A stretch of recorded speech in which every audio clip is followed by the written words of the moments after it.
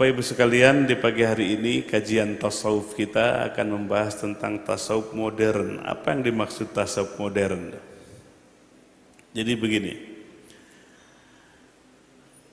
maksud tasawuf modern itu dari sisi teknik riyadhah melatih hati kita, itu seorang mursyid harus melakukan sebuah ijtihad namanya tajdid, memperbaharui. Contoh, generasi awal di zamannya tabi'in, kemudian selanjutnya, untuk melatih hati atau riyadhah ada satu konsep namanya ujlah atau kholwat. Ujlah itu artinya mengasingkan diri menurut bahasa, ke gunung, ke gua. Kholwat artinya menyendiri. Ini diambil dari peristiwa Nabi sebelum diutus. Beliau selalu ujlah dan kholwat di mana? Gua Hiro. Sebab sebelum diutus pun itu adalah ajaran, itu adalah sunnah Nabi. Dan ini penting. Akan tetapi hari ini ujlah dan kholwat bentuknya berbeda. Nggak harus seperti Nabi di bukit, di puncak gunung, di Gua Hiro, berabe. Pak mau kemana? Mau kholwat. Kemana? Ke gunung. Nah, maka para mursyid, ulama sufi memperbaharui sehingga bentuk ujlahnya itu enggak harus seperti Nabi atau yang dilakukan oleh ulama terdahulu. Tapi yang terpenting esensinya kita dapat. Kenapa harus berujlah atau berkholwat?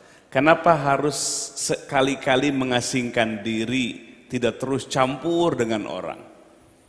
Ternyata kebutuhan ruhani kita butuh uzlah, butuh menyendiri, butuh pengasingan diri. Kalau terus kita bergaul siang malam, urusan dunia terus, hati kita ini tidak akan cerdas. Hari ini banyak orang ngukur cerdas tuh isi kepala, betul nggak?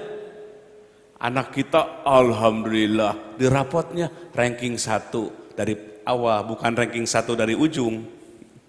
Ada juga ranking 1 dari belakang. Kecerdasan diukur hanya cerdas intelektual, isi kepala. Itu mah gampang, asal baca kitab, baca buku. Mau kuliah, mau sekolah, cerdas secara intelektual, isi kepala. Yang susah itu cerdas spiritual, cerdas kolbunya, melahirkan orang-orang amanah, melahirkan orang-orang jujur, melahirkan orang-orang asidku yang tidak pernah dusta. Ini yang susah, betul nggak Bapak-bapak, Ibu-ibu? Cerdas kolbu, cerdas spiritual, ini yang paling sulit. Dan gak ada ajaran ini di sekolah-sekolah. Bahkan katanya Kementerian Pendidikan kita mau menghapus agama. Nauzubillahi min dzalik. Segitu aja masih kurang. Cuma 2 jam satu minggu belajar agama. Yang di SMP, yang di SMA.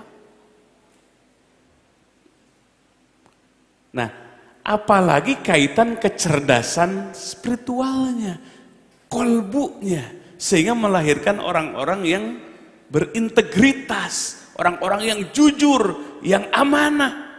Itu kan yang diharapkan oleh bangsa kita, punya para pejabat, anggota dewan yang jujur, yang amanah, yang terpercaya. Dan itu yang sulit. Maka ilmu tasawuf itu hadir untuk mencetak generasi-generasi bukan hanya cerdas secara intelektual, bukan hanya cerdas isi kepala, bukan hanya cerdas hafalannya, tapi cerdas kolbunya, cerdas batinnya. Nah, maka contoh kholwat dan ujlah itu direvisi, diperbaharui, itu tasawuf modern. Gak harus ujlah dan kholwatnya itu ke gua, ke gunung-gunung menyendiri. Maka para ulama bagaimana caranya? Berkholwat dan berujlah itu cukup. Maka Bapak Ibu sekalian, kalau dalam ajaran tasawuf itu di rumah itu harus ada khusus kamar khusus. Kalau dulu Imam Hasan Al-Basri itu masih ekstrim, Pak. Punya rumah, di rumahnya ada kamar, gak boleh ada orang masuk, gelap. Di kamarnya bikin galian, terus ada seperti lubang lahatnya. Kalau Imam Hasan Al-Basri atau ulama dulu malas, tapi jangan dibayangkan malasnya seperti kita, Pak. Mungkin kalau tahajudnya biasanya 100 rakaat, ini cuma 50 rakaat. Malasnya begitu. Ya, masuk ke kamar itu. Lalu turun. Turun kemudian seperti orang mati di mana? Di lubang lahat itu. Lalu nasihati dirinya. Gelap. Ittaqillah ya nafsi, itu kata-katanya. Takutlah wahai diri. Seandainya engkau sudah seperti ini, kau nggak bisa tahajud lagi, nggak bisa baca Quran lagi, nggak bisa ibadah lagi. Di situ bangkit lagi kesadarannya, energi ibadahnya naik lagi. Setelah masuk ke kamar itu upaya, Pak, teknis. Nah, kita bagaimana caranya berkholwat dan berujlah dalam dimensi tasawuf modern? Kita punya kamar. Masuk ke kamar itu khusus kita sendiri, matikan TV-nya, matikan listriknya, matikan handphonenya. Kita hanya berdua-duaan dengan Allah. Baca kalimah-kalimah zikir. Taqarrub, dekatkan diri kita kepada, rasakan hadirnya Allah. Bahkan Allah itu lebih dekat dibandingkan urat leher kita sendiri. Kemudian kolbu kita merasakan cita rasa sahdunya kebersamaan dengan Allah. Berlinang air mata, bersimbah air mata. Merasa kita sebagai hamba yang kerdil dan hina di hadapan Allah Subhanahu wa ta'ala. Itu dibutuhkan oleh kolbu kita.